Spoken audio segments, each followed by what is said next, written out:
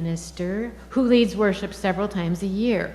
When he's not up front, he's behind the scenes, perfecting the technical wizardry necessary for UUCB to be on the cutting edge of the streaming revolution.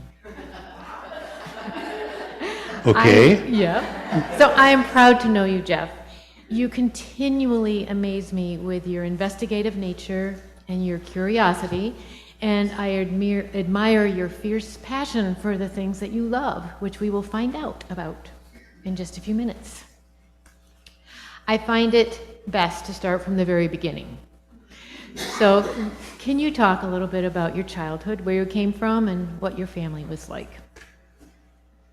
Okay. I was born and raised in Columbus, Ohio. I'm 70. I'll be 71 this summer. So therefore, I do qualify to be an elder. So let's get that off the table right away. I am one of 5 kids. I was one of 5 kids. 2 of my brothers have passed away already, and I was the next to the youngest. There was a 13-year span between all of us.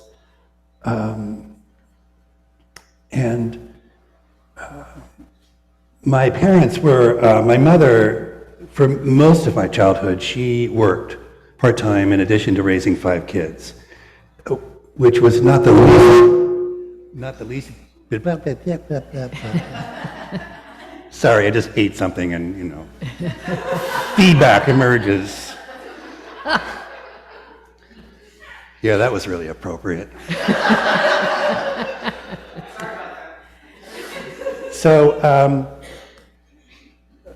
my mother, as I said, she worked part-time as a secretary at various places, and my father worked on and off, and then all of us had jobs as kids. When I was in the 5th grade, I got a paper route, and I had that until right before I went into college for the first time.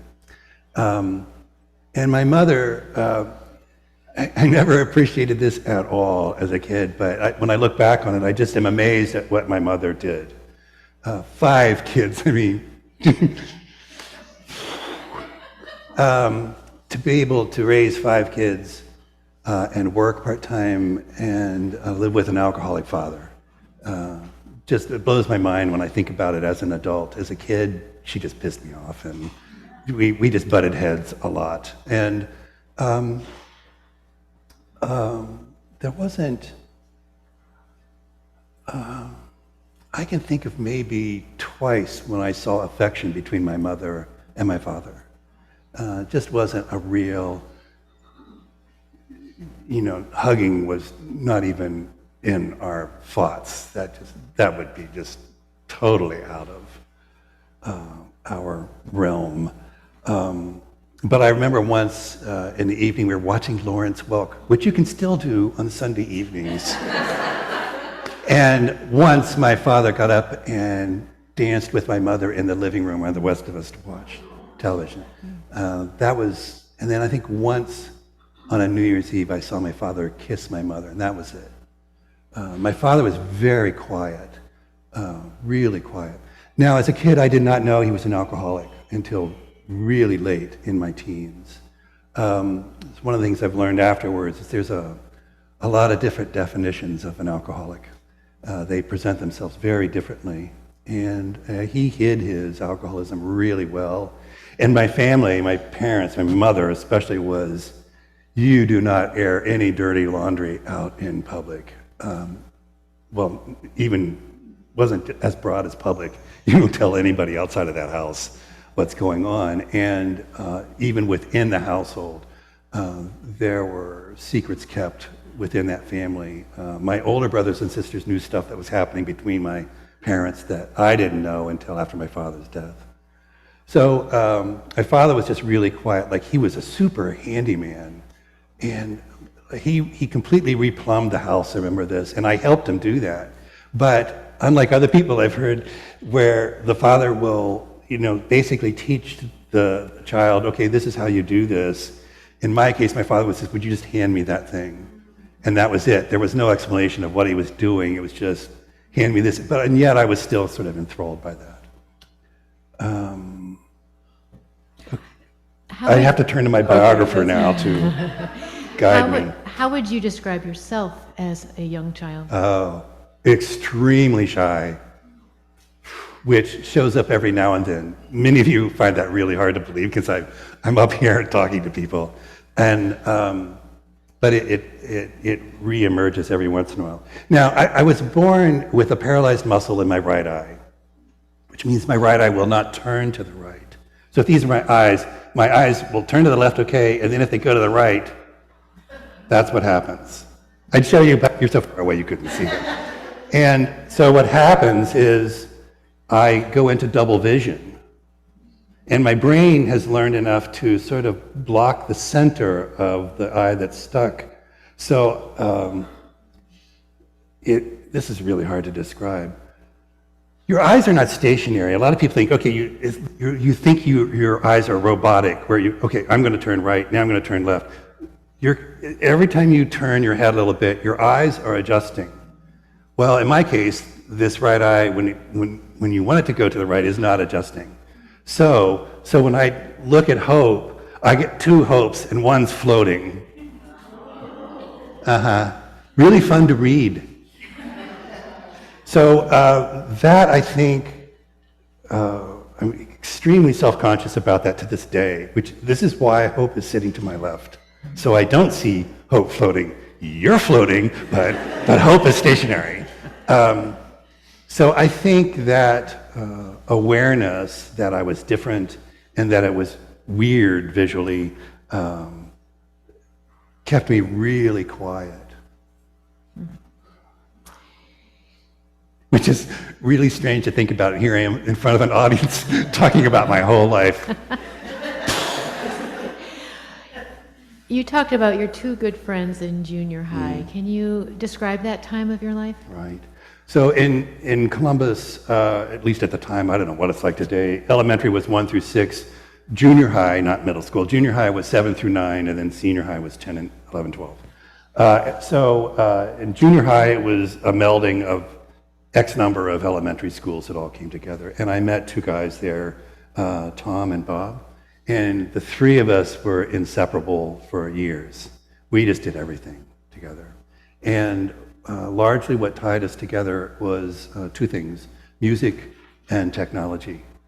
Does this surprise anybody here who knows me? And we were just great friends. I'm still friends with Tom.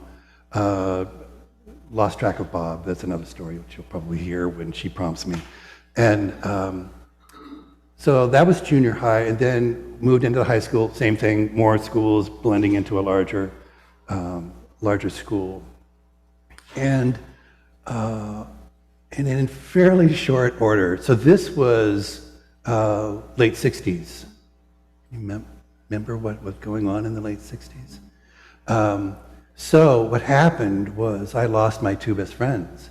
Tom discovered girls, and I didn't see him for a long time. And Bob discovered drugs, and I didn't see him for a long time. So here's this shy kid, and this, not far from me, really just a couple of blocks away, a new family moved into town, and I befriended Don Smith, and then somehow he got into a network of other friends in high school, and there were 10 or 12 of us, and I was not a good student. I really was not a good student. And, but somehow I got into this group of friends, and the thing that tied us together primarily was music. And that group of friends were among the best of the best academically. And I often, quietly wondered to myself, what on earth are they even friending me for? Why are they hanging out with me?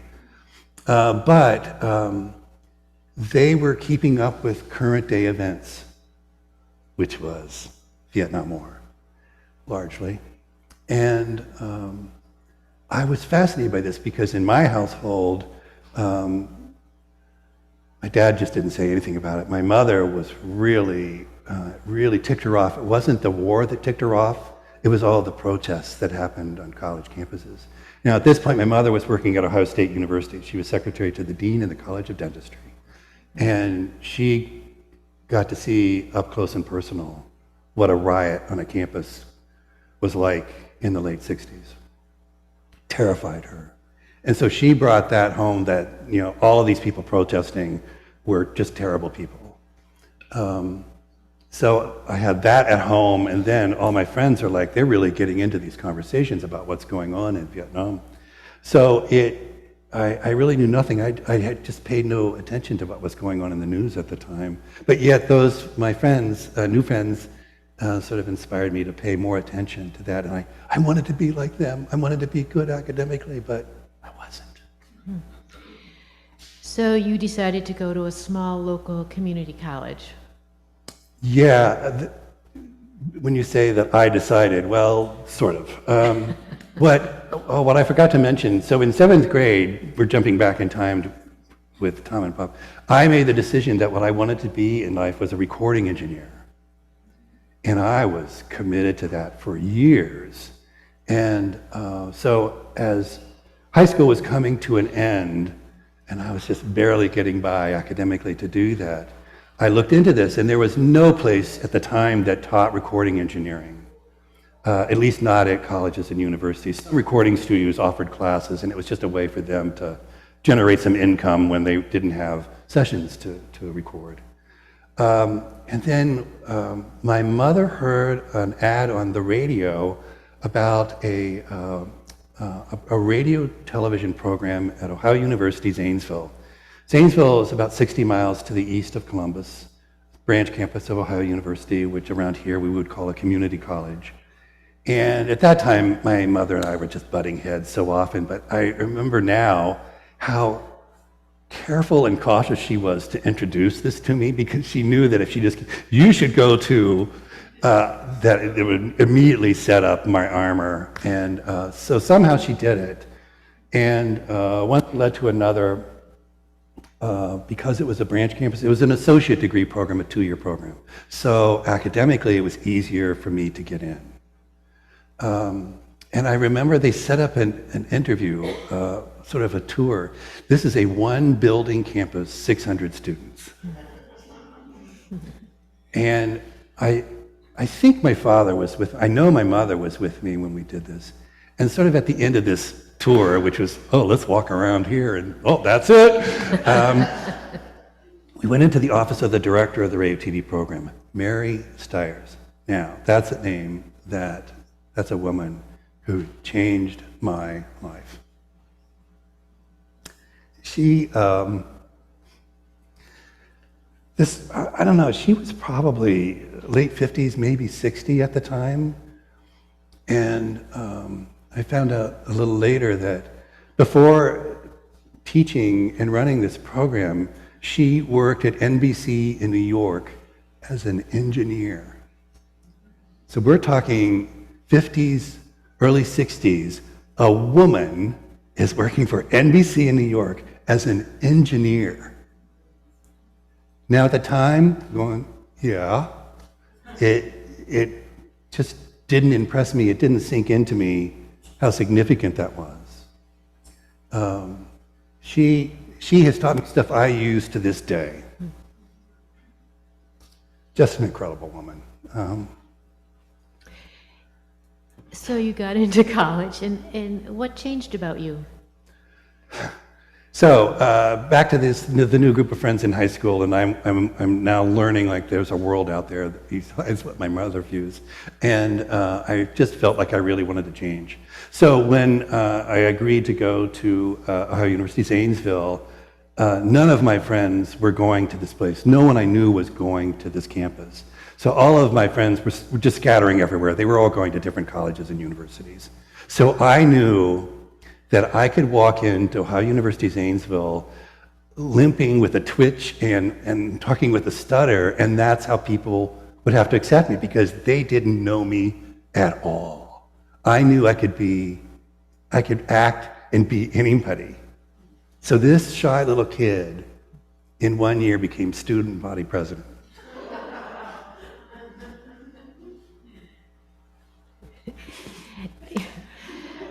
You know, that didn't impress me at the time, but now I'm looking back and I'm going, whoa. So what did you study then? What was the name of the... So it was a radio TV program, and they had two specialties. That one was to be in front of the camera, to be a newscaster or what have you. Clearly not what I wanted to do. And the other side was on the technology side. And Zanesville's a very small community. It has one television station, one radio station, WHIC. We're here in Zanesville. Very clever, and I heard that 500,000 times. And so all of us in the program got part-time jobs working there. We were cheap. The last thing in the program that everyone had to complete was an internship somewhere. And almost everybody in the program, they just did the internship at the TV station where we were already working. And I thought, what a total waste. We've already had this experience as an employee, and I'm still focused on recording engineering. So I stepped out, and I found a recording studio in Chillicothe, Ohio, which was about, 60, 90 miles away. And so I got an internship there for it was a quarter. We run a quarter system rather than semester. And I worked there once a week, and the shortest day I had there was 12 hours. And mostly what we did was recorded demo tapes for young kids that were in rock and roll bands who were wanting to make it. So they would do these demo recordings to send off to RCA and Warner Brothers in hopes, they would be the next Rolling Stones. That didn't happen. One session I missed, we had a band, Pure Prairie League. And this was when Vince Gill had just joined them. Missed him. But who knew? So the internship was just totally amazing. Not only was I learning all this technology, I was learning how many musicians can be. But also, my hearing was getting really, really good. So I would come back from one of my day-long work sessions, and the next day I'd be listening to an album that I'd listened to hundreds of times, and all of a sudden I was hearing things that were, sort of subtle, that were in the background that I never heard before. The Beatles, they are famous for layering all these different sounds, some musical, some just sound effects. And before, I wasn't hearing a lot of that. So my hearing was getting really good. I missed that. And then Mary Stiers, she was tough. She was very demanding. I would meet with her once a week, something like that, throughout the internship, just as she wanted to know how it was going. And what I remember was the final interview with her when the internship had come to a close. And she sat there. I'm in the tiny, tiny little office of hers.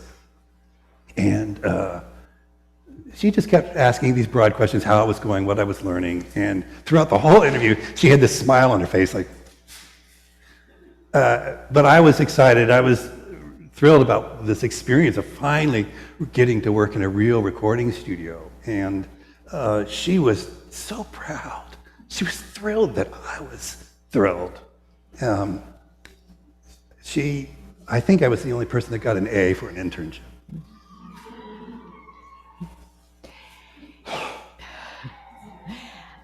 Well, you had to take a break during that time. Yeah. What happened? This was in the middle of my second year, and I got a phone call. I was living in a house that a retired woman rented out to two of us, and my oldest brother called, and I thought, well, this is kind of weird, to tell me that my father had just died, and that he had just committed suicide, which was a total shock to me. I had no idea. I mean, I knew my father was having trouble. He at that stage, the last few years, he'd have a job for a period of time, and then he'd be unemployed for X number of months, and I could see that my father was really depressed He was extremely quiet. He rarely spoke at all during those last few years. And, but still, I really didn't know the magnitude of his situation. And so I think I finished that semester, but then I stopped. I took a break for at least one semester, and then the summer, and just moved back home with my mother. I think my younger brother was still there. And just got some sort of a job. I don't even remember what. And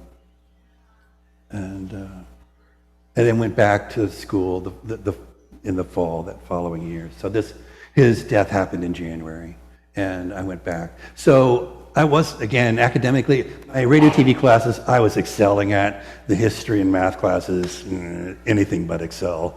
And so I knew that I had to retake a couple of classes. So I was now, even before my father's death, it was likely that I would not do the associate's degree in the 2-year period, that I would have to extend it some.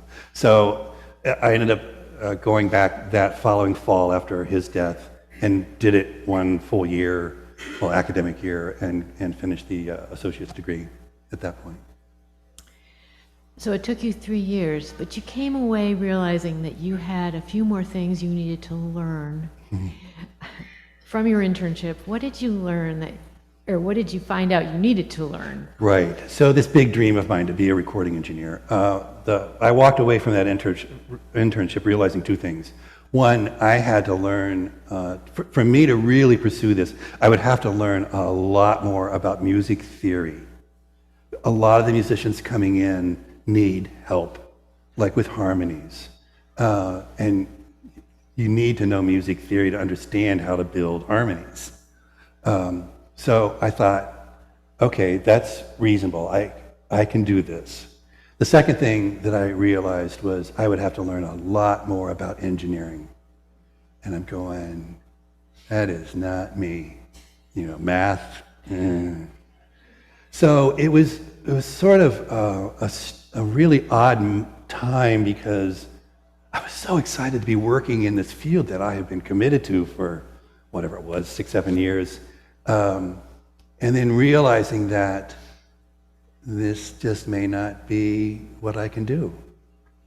So part of me is super excited that I'm learning this stuff and experiencing this stuff, and another side of me is going, this is altering my future in a way that I hadn't planned or wanted. So is that why you ended up in Arizona? Well, so I finished the degree in whatever it was, May, June, and then went back home to Columbus. And my younger brother and I decided that we would move to Phoenix, where my sister and her young family were. Just clean break. And I thought, okay, so I've had this experience working in a television station and a recording studio. Everybody's going to want Jeff Donahue. No. Zanesville is a market about the size of my fingernail. Phoenix is humongous. And so I just couldn't get a job at a television station or a recording studio. And I ended up going to Arizona State University for a year as a music major, which didn't go so well. I ended up flunking out of that, actually, after a year. And then I started working in camera stores. I lived there for 4 years. And that began my love affair, my on and off love affair with photography. Learned a lot in those times. I learned I really love photography and I really hate the retail business. So you were there for 4 years, right. And then you had a job offer in South Carolina. Right, Newberry, South Carolina, another really tiny little town. A small college there, Newberry College. A person that was at OU Zanesville, the librarian there, who I had worked for, got in touch with me, and one thing led to another, so I got offered a job as a media specialist there. So I provided all kinds of audiovisual support and a lot of photography for PR purposes. And at first I really loved this job. I really liked doing the photography. And then as time went on, I grew to really hate it. So what was happening was I would create a lot of slideshows that the administrators would use to go out on the road to recruit students. And so they'd look at all these pictures I was taking, and if a slide had the image of a really cute, blonde, blue-eyed co-ed, it was used. Never mind that she was really out of focus and 3 stops underexposed. She was blonde, blue-eyed, and cute, and it was used. And it just got to be so depressing just to have that kind of work being accepted at that level. It really ticked me off. So we are up to the year 1981. Yeah. How did you get the job at Binghamton University? Yeah, so I was looking for an out, and Binghamton University was one of the positions I applied for and got interviewed. God, the university, man, I lost track of how many people interviewed me that day. It was at least a dozen. This is just what the university did. I don't know if they still do it, whatever. But I was psyched, and I got the job, so I moved up here in August of '81 and started that work. I was director of Educational Communication Center. It's the media center, so we provided audiovisual support. We had a graphic artist and a few technicians, and at that stage of the game, this is way before digital, nobody had computers in their office, much less in the classroom. So we were pushing around overhead projectors and 16 millimeter movie films and film strips. Remember the film strips with cassettes? That changed a little later in my time there. Well, you were there 29 years. Yeah. The evolution of technology you had to keep up with. What was that like? Well, keeping up with all that. Yeah, so I mentioned that we didn't have computers anywhere. That's when I first got there. And then, of course, X number of years later, there were computers just everywhere. And then all of a sudden, the faculty would go, well, I want to take my computer and I want to show it to my class. I'm going, yeah, dream on. and lo and behold, then technology progressed again, and all of a sudden we were able to do that. And it just kept growing and growing and growing. So the last several years of my time there at Binghamton University was spent designing and installing high-end display systems and sound systems, not only in classrooms, but people in conference rooms. The departments wanted it so that they had a guest speaker for a small group that they could, do something there, or it was just everywhere we were doing this. I got back involved in television production, commencement. Just an extraordinarily stressful time for those of us providing support services. But so they moved into what is the event center, and so I was in charge of the whole video. So we put it up on giant screens, and there were three, maybe 4 cameras going live, and I directed all of that and set that all up. You said it was stressful. Oh yeah, ulcer time. You had an ulcer. Yeah. Oh my goodness. Yeah. Okay. At the same time as all that, you were in many professional organizations. Right. Can you name a few? Yeah, well, statewide, there is an organization called EdTOA, Educational Technology Officers Association. It was all of my counterparts across the SUNY system. And then years later, they merged with the Telecommunications Officers Association, the telephone people on campuses, and also the COA, Computing Officers Association, obviously all the computing people, and the 3 of us sort of merged and had annual conference, and I was president of the EdTOA side of that, and on the planning committee of that annual conference of the 3. That's all? No, I'm just joking because yes. I don't know how you did it. Oh, so other professional organizations. So nationally, what was then called CCUMC, it's actually changed its name in the last year, Consortium of College and University Media Centers, was, again, all of my counterparts, but this time on a national level. And I served that for many years and ultimately became president of that for a couple of years. So, meanwhile, you go back to school yourself, online. Yeah. Well, actually, before that, earlier on at Binghamton University, I did a part-time I was taking one class a semester there and got my bachelor's degree. I somehow got better academically than ever in my life. And then after that, I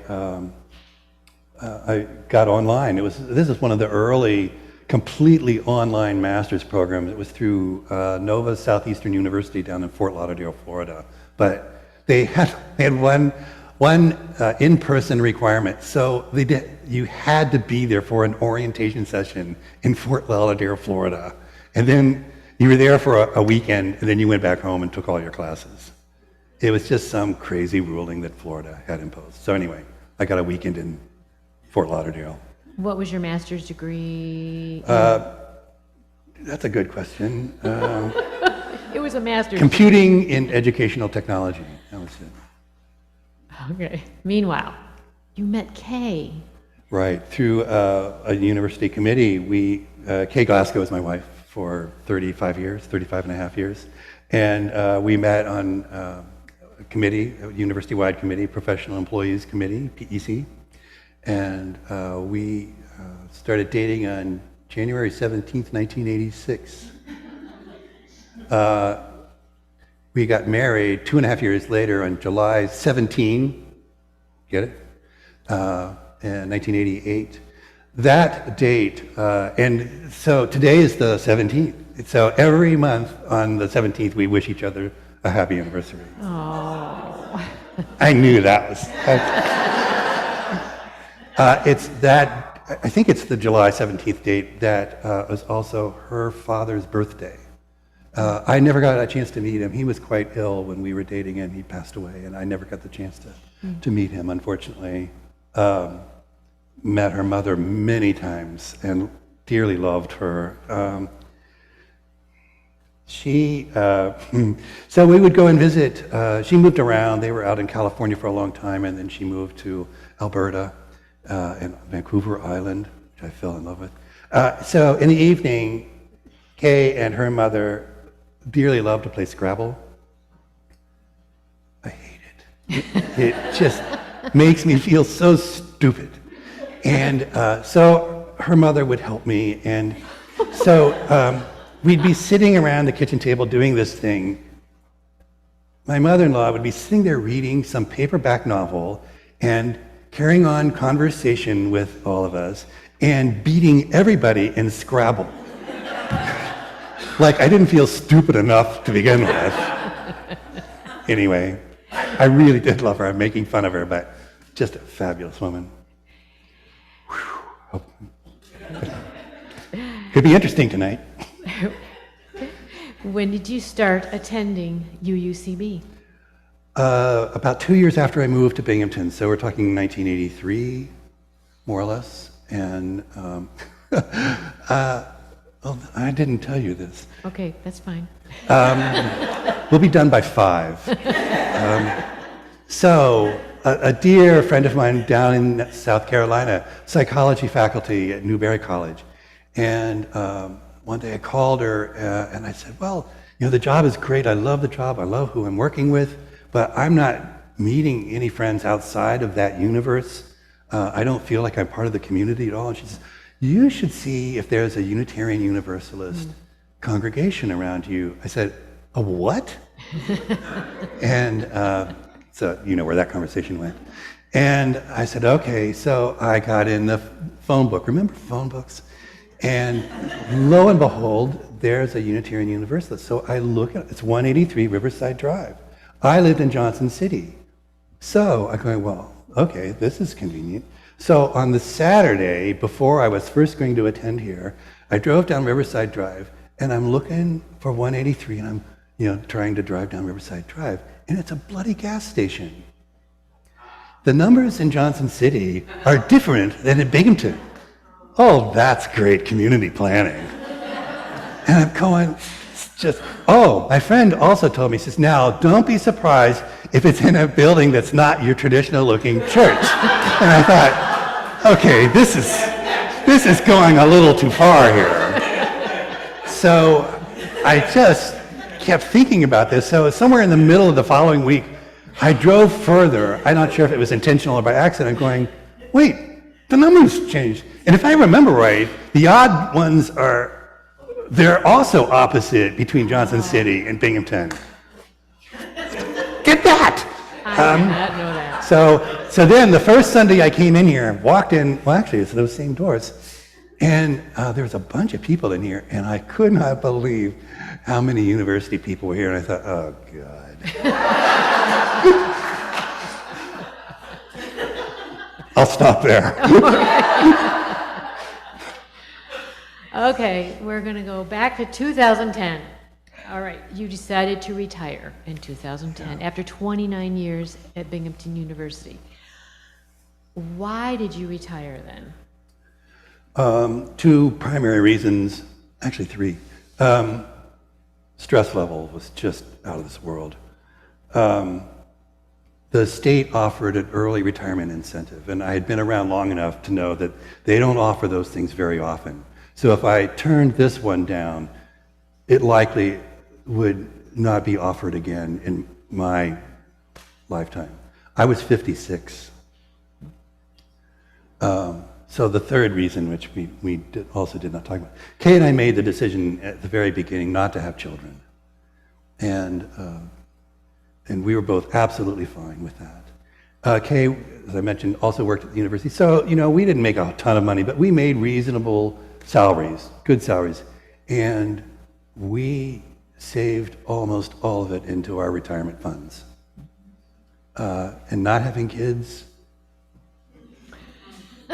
we did all right. So when the retirement incentive came along, we met with the Tia Cruft people, and Kay and I talked about this and came up with a plan, and I did it. I signed the papers.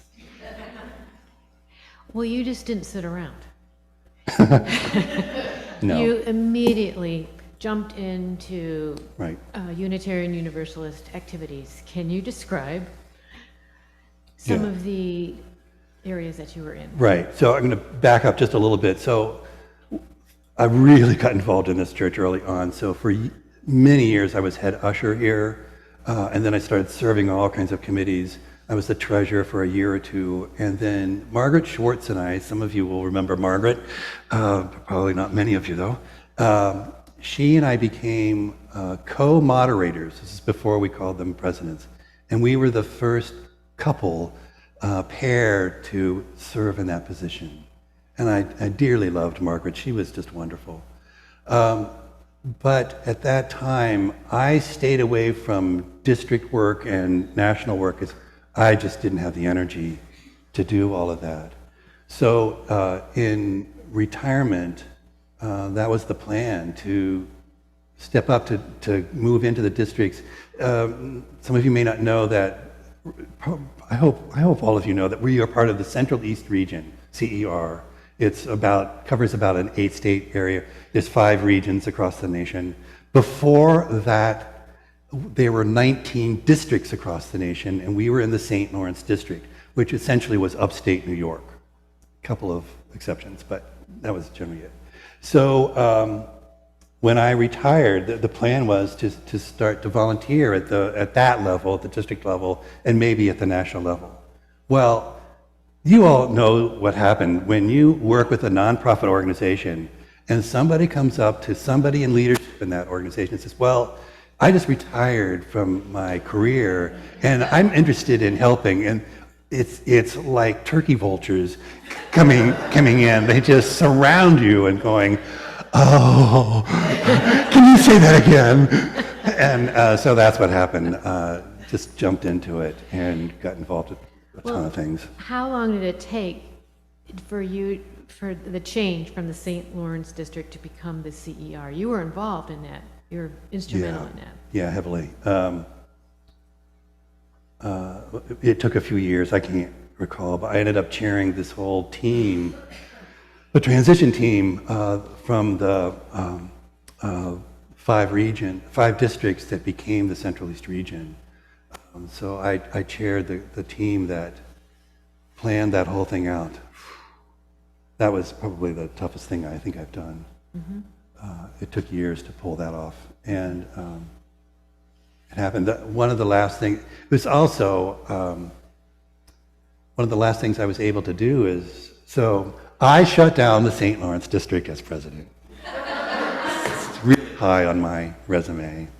One of the last things we did, the Ohio Meadville district, that's now part of Central East Region, has a program, at that time it's called Commissioned Lay Leader. We subsequently changed it to Commissioned Lay Minister. And I wanted that program. I wanted to be a part of that program. So before the district dissolved, I successfully brought it into St. Lawrence District, and shortly thereafter, we successfully brought it into the Central East Region. And then I got into the program, and whatever, well, I think 3 years, I think it took me. Am I right? Yes, you were commissioned in 2018 right here in this Right sanctuary. Here. Right. And right after that, I had told them that I would like to be on the CLM Council, the whole thing for the region. And at the first meeting, they appointed me co-chair. But you've also mentioned other transition teams that you were on, or you helped congregations search for ministers? Oh, yeah. So before this regional stuff, some of the things I did, I served on 3 ministerial search committees for this congregation and chaired 2 of them. And we've got somebody here from one of our former ministerial search committees. So we brought Marcel Duhamel, Whitney Herridge, and of course Douglas. And I loved that work. That was intense work. And so when that finished, there's a national crew that oversees that, the transitions team at the UUA, and I joined that team. So I did that for a while.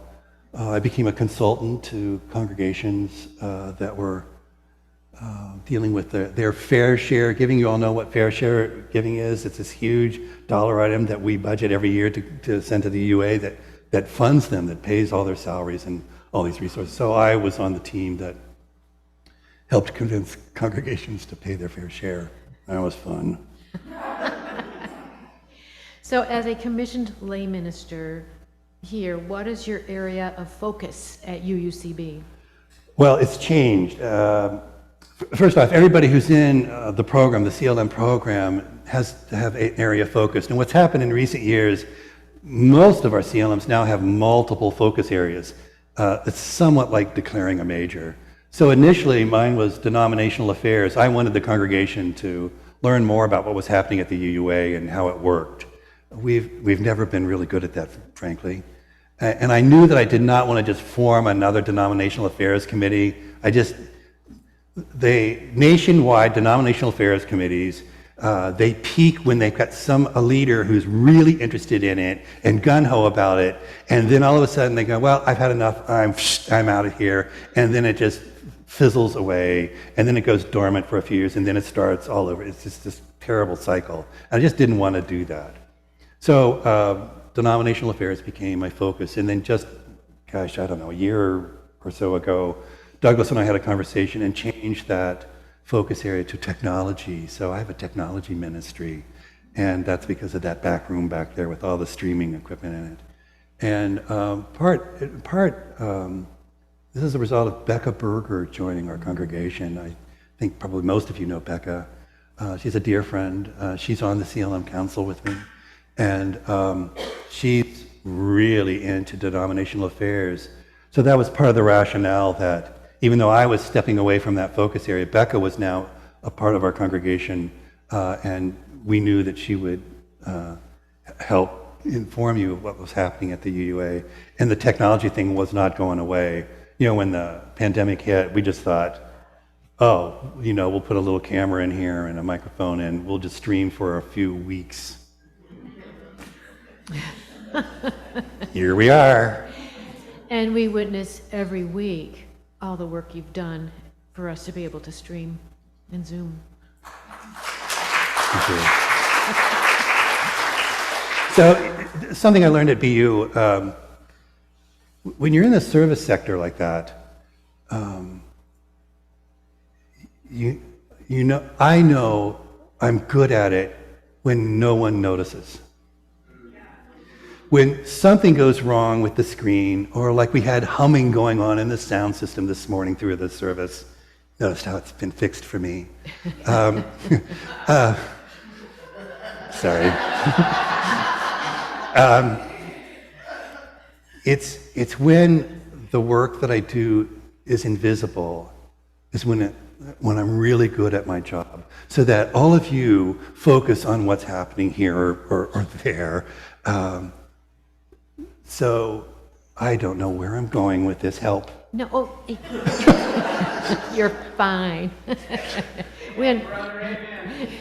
I mean, it's a current progressing process here. So we witness it every week, and you're doing fine.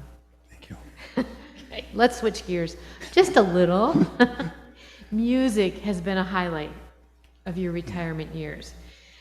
So let's start with Six on the Square. What's your role there? Six on the Square, I should back up, is a small folk music venue up in Oxford, which is just south of Norwich. It's been around. We are in our 16th year, and I am currently the president of the board.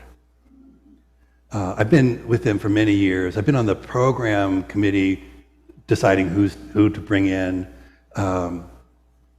which is really, really fun. And I've just been a part of it. It used to be the Night Eagle Cafe, and then the fellow that was running that closed it down and moved to Binghamton on State Street, which is now Atomic Tom's, thank you. Copper ceiling inside, which is meaningless to all of you.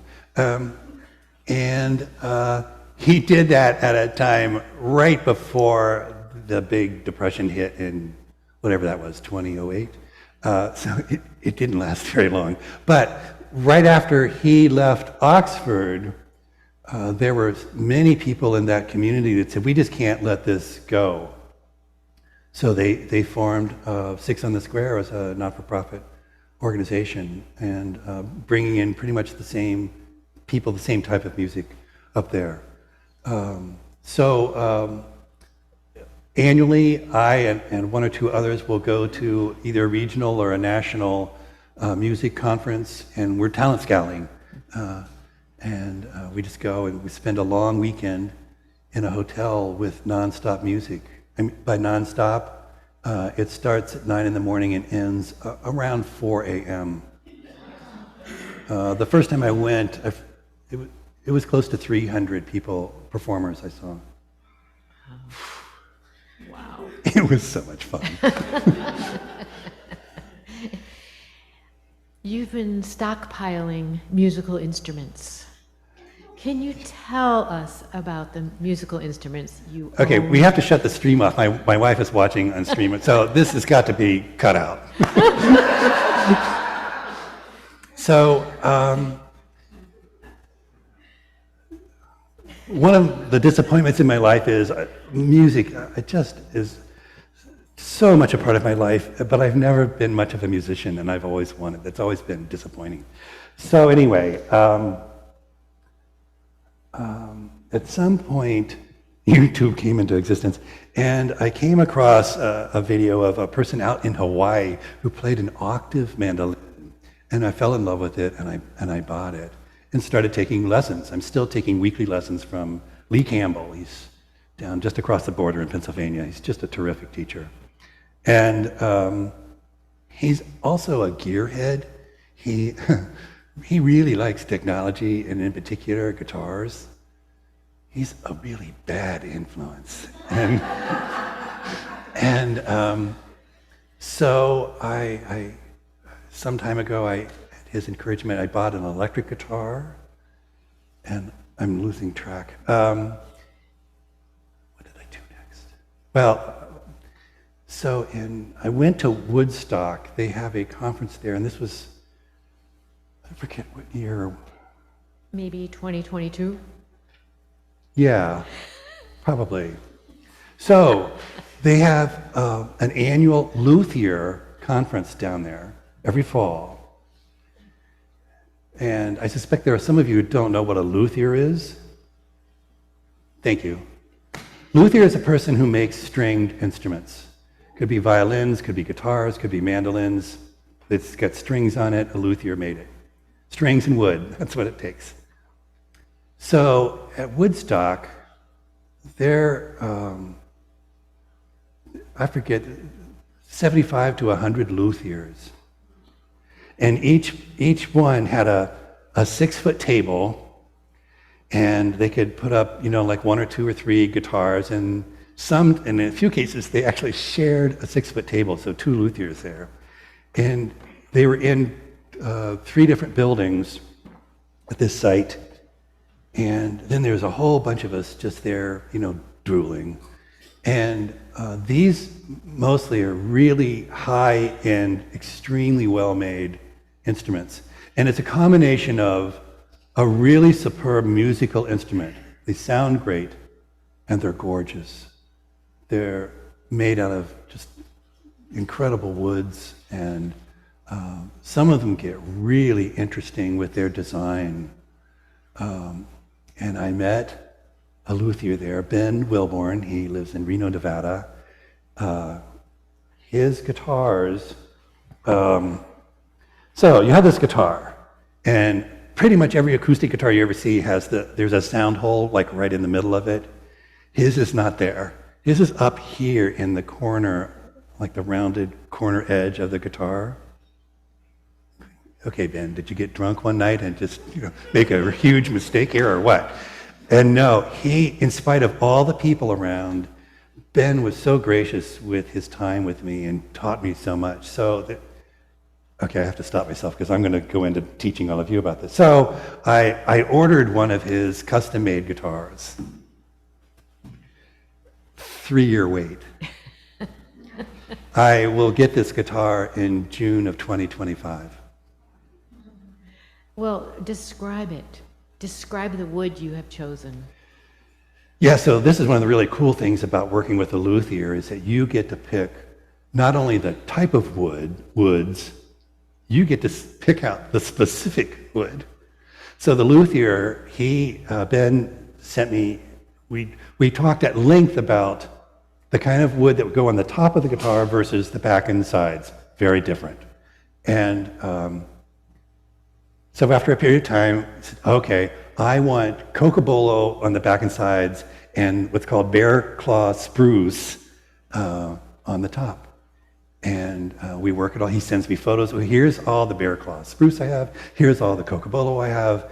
And looked at all these photos. I go, I want this one and this one. And he goes, okay, see you in 3 years. And then, I don't know, 6 months ago, I changed my mind. Which is no big deal. I mean, all he has done to date is said, these pieces of wood are Jeff's, and they just sit on the shelf. So we stay in touch fairly often anyway, just because I like to learn from him. And he makes about 10 guitars a year. And he does a video of every single one when he's done with it. That's 10, 20 minutes long. I love watching those things. And he'll talk about how it's different, what it has in common, what's interesting about this combination of this kind of wood and that kind of wood, how the sound is different, how long the sustain is. And one day he posted a photo of the headstock. That's the top of the guitar where all the tuners are. So it's a little piece of wood like this.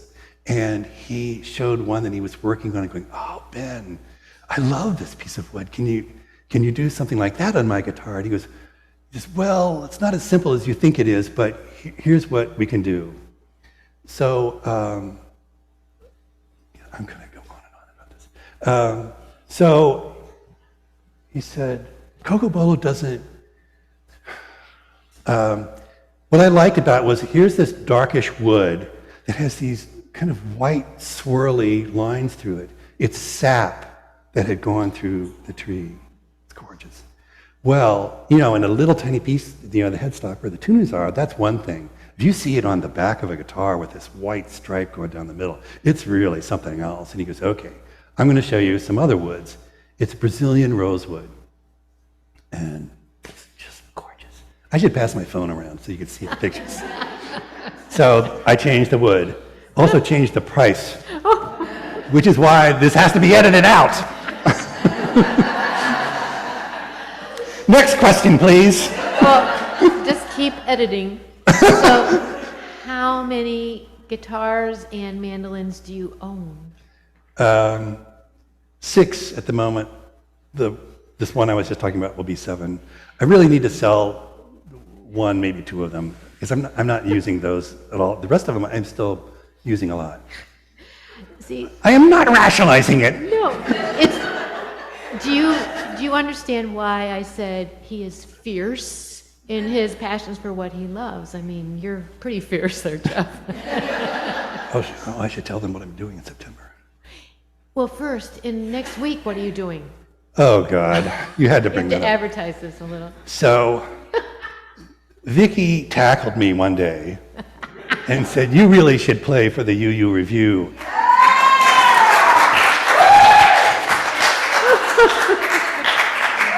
I am going to be drugged. You'll play great. I am just petrified. Okay, and what are you doing this fall? Oh, there's another luthier conference. This is going to be much smaller. And my friend Ben, the luthier in Nevada, he goes to, I don't know, half a dozen of these shows around the country every year. And he has said to me and many people, it's my absolute favorite is Big, and it's just outside San Antonio, Texas. Big is Bowersock's International Guitar Palooza, and it's much, much smaller. In fact, it's in a couple's home. And as of this moment, there are 11 luthiers booked and a maximum of 50 people in attendance. And so I first talked with Ben. I said, I would love to go to this, but every once in a while at this event, and I think this will be the 5th year that they've done it, there's, in addition to all these fabulous luthiers, there will be 1 or 2 really internationally known guitarists that show up because they want to know, they want to see, they want to play these incredible instruments. Christy Linnae showed up, who is a monster guitar player, just unbelievable. And she was there the last 2 years. And so I'm going, Ben, this is me. I can barely play. I mean, I'm fascinated by all this, but I just feel like I'd really be out of my league. And he goes, you just don't need to worry about that at all. These are just great people. It's very comfortable. Got in touch with the couple that run it, Tom Bowersocks. Oh, there's a connection. And he reassured me of that. He was even more explicit about it. He says, look, you will be surrounded by these great guitars. You can play as many as you'd like. You don't have to play one of them. Just if you really love guitars, and if you like really good food, come. His name, Tom Bowersocks. So I just mentioned that on this guitar I have on order, it's, this is unfinished. And in chalk, there's the outline of the shape of the instrument. And then down the corner, he has written in chalk, T. Bowersocks, and then a code number for his inventory control. T. Bowersocks. Sound familiar? So this guy turns out to be, he has his own mobile surgical unit. It's been in Albany for years, and he and his wife transitioned to Texas in the last few years. And he's leaving that business. So I'm fairly confident that he lives in an economy that's completely different than mine. So he has been helping Ben Wilborn, the luthier, acquire stocks of really expensive, really high-end wood. And one of them is going to become my guitar. Very cool. Your connection. So I'm meeting the father of my wood? That really sounds weird. It is weird, Jeff. And back to hope. You had mentioned the possibility of opening up to the audience for questions. Are you up for that? Sure. Okay. Do any of you have any questions for Jeff? Ron. He just wants a microphone. Oh, he just, oh. Oh, yeah, to pass around. I know that there are people listening online, so questions. Vicki. You said you had you butt heads with your mom. Did your relationship improve? Oh, yes, thank you for asking that. Definitely. I became an adult. Yeah, so my mother was just so proud that I made it through that associate's degree program, because she knew that I had really struggled academically, and the fact that I got through the program and that there was a significant portion of that, namely the internship, well, really, and even the television work, that I just really loved. And that reminds me, one day I was still in the middle of the program, and I was taking a psychology course for the first time, and I became fascinated with that. And I came home for a weekend, and we're all having dinner together. So I was telling them about something we had done in the psych class, and my mom kept looking down. She had this grin on her face, but she wouldn't look at me when I was telling her this. And then she later told me about, you just described your father, and some of the issues. And it was like, my mother was so thrilled to hear that there were other people that had similar situations as my father. And I think at that point, also what happened, when I would come back for a weekend from college, so like, I don't know, once a month or something like that, the house was empty other than cats. And it was a time where it was just me and my mother. And we had some great conversations, unlike having a house with 5 kids in it, scrambling through. So we had a great relationship from that point forward.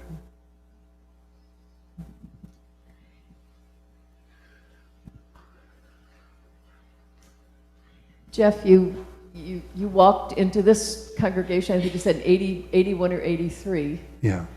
Did you have a religious background growing up? My mother insisted that the 3 youngest, so my younger brother, myself, and the next brother, Bob, she would drop us off at a Presbyterian church pretty much every Sunday, and then she'd drive back home. My father had nothing to do with it. He was raised Catholic, and my mother would only tell us that something happened to him when he was in World War II. He was stationed in London, and rumor has it that my father drove the Queen around. A little iffy, but I think the more we've learned, I think that was true. But my mother, she would occasionally stay and go to a service at a Presbyterian. The only thing I remember about that was it was a time for all the kids to get together and play. That's what I remember. I don't remember anything spiritual about that situation.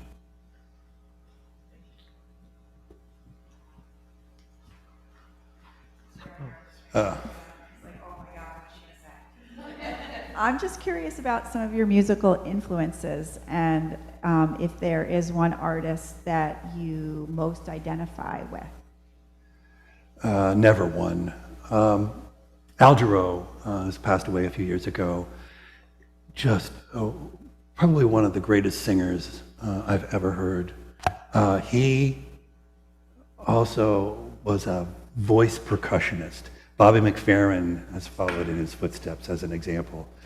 Al Jarreau, and Al Jarreau, he wrote a lot of his own music, but he also did covers, about half and half.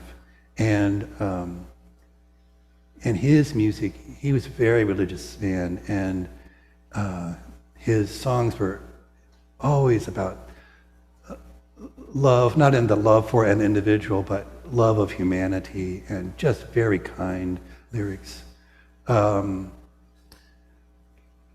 Just the multitude of great musicians that Chick Corea was a jazz pianist who I greatly admire. Love his ability and his music. Aretha Franklin, probably the greatest singer.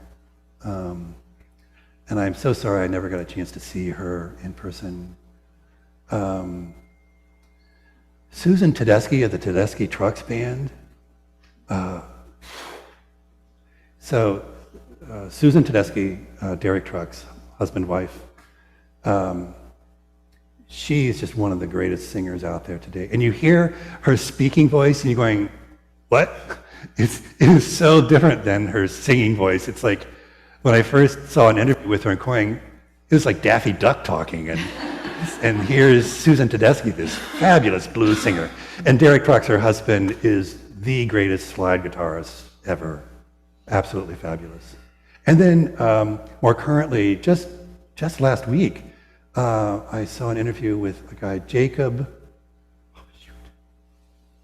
Collier. Anybody here know Jacob Collier? Okay, much more modern. He's won 6 Grammys. I never knew anything about him until just a week ago and saw this interview. And he plays a 5-string guitar. Those guitars are 6. It plays a multitude of instruments and really innovative. I listen to a lot of music. So up at 6 on the Square, it's primarily folk music, and I define folk really broadly. Gosh, there's just so much music. Great. Kenny Loggins is one of my all-time favorites. At one point, his partner Jim Messina, he was my mentor because not only was he a musician and songwriter, he was recording engineer. And he got partnered up with Kenny Loggins when I think Jim Messina was 18. Stupid kids can do everything. Jeff, you just mentioned sound engineer again. I don't know a lot about the world of engineering at all. What we see on TV or whatever, sound engineer, they're moving the dials up and down and whatever. As briefly as you can, what is the engineer part of it? Where you said math and all of that. Okay, well, let's restrict ourselves to doing this inside a studio as compared to a live arena event. So inside a studio, you are locked in a control room that's sound isolated from where the musicians are. All the microphones come into your control room, and in most cases, really, really large soundboards that, by this size, I'm not exaggerating, many are wider than this. And there's just hundreds and hundreds of knobs and switches. And then behind it are a whole bunch of electronics that are plugged into to make all kinds of incredible sounds. Now, that has all changed in recent years. It's all on a laptop. It's unbelievable what can happen now. So it's taking a microphone, put it in front of a singer, and plugging in and saying, oh, I think I'd like to add a little reverb and maybe just a little bit of echo to that. Well, that times 100 because of the effects. There have been for now more than a decade. There is literally an electronic box that fixes pitch. So a singer is supposed to sing this note here, but she sings here, and this box fixes it on the fly.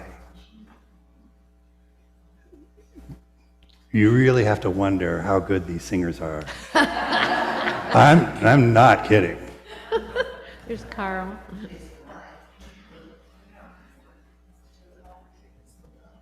Jeff, I have 2 questions for you, but you just gave me goosebumps because I just discovered Jacob Collier Friday and was listening to him. I drive for a living now all afternoon, so that was a little eerie. But so my 2 questions are: one, what would you say is the accomplishment you're most proud of in your life? And do you have any bucket list things that you want to do? That's good. Thank you. Applause are okay. What time is it? It's about. Do you really want to know? Okay. The thing I'm most proud of. I don't know. I think that's in flux. I think the transition team of blending those districts into the Central East region. It was a monumental task. So in that sense, and it worked, and it is working. We've had to make very few changes, significant changes, from the way we originally planned it. That I'm really proud of. I'm also really proud of the streaming system that we have here. When I was designing this, I saw hands going up there. I guess that was Monica. You can't see her because there's a monitor blocking, but you can see her hands applauding. There she is. And Gay is back there. Great. 2 stellar stream team members. Really. Now I got. When that was designed, we knew at that point that this was we were no longer thinking that streaming church services would be a short-term affair. So I wanted to make sure that this system could do a lot. I suspect all of you have been here at times when the minister or whoever's leading the worship that Sunday isn't in this building. They're up on the screen and they're someplace else. One of the ministers we had was in Texas, and she did it from inside her pickup truck. But didn't think about that one. But the fact that we can do that and do it pretty successfully. We've had a few glitches here and there, but much more often than not, it works. But it also, I knew that it had to be designed to be as easy to use as possible. Those two things are at odds with one another. To do a zillion things and make it easy, good luck. And I think the big picture view is it's working. It's working, period. So I'm proud of that also. What was the other thing? Things I wanted to do? Bucket list. Travel. One thing I didn't mention. So Kay and I have done a lot of traveling since we met. Costa Rica, Galapagos, Alaska. I have been in 49 states. Hawaii is the only state I've not been in. Hawaii is on my bucket list. And I would really like to see New Zealand and Australia. I just dread the thought of the flight, to get there. And on. Yeah. And then you get into these extended trips and you're going, we have a cat and dog at home. And, there's lots of things to bounce out. And on Kay's bucket list is to go to Iceland, which I would love to see. So, although not right now because the volcanoes are having a good day. Bucket list, still on my bucket list, and I've just convinced that it's not achievable, is to become a really good musician.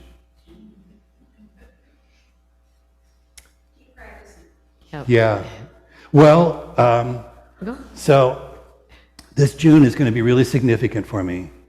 I have announced I am resigning. I'm leaving the co-chair of the CLM, the Commission Lay Ministry Council. I'm right after a General Assembly. I'm stepping down from that, and at almost exactly the same time, like within a day or two, I'm stepping down as president of Six on the Square, and with the full intention of devoting that open time to two things: one, practicing more, and doing more housework.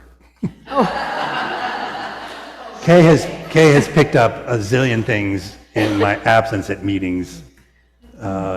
She has tolerated so much from me; it's unbelievable. I think we should call it a wrap.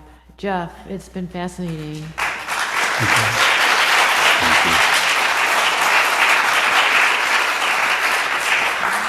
And thank you for your questions. They were excellent questions, and I didn't have all those answers checked out. So thank you very much. Thanks. Thank you.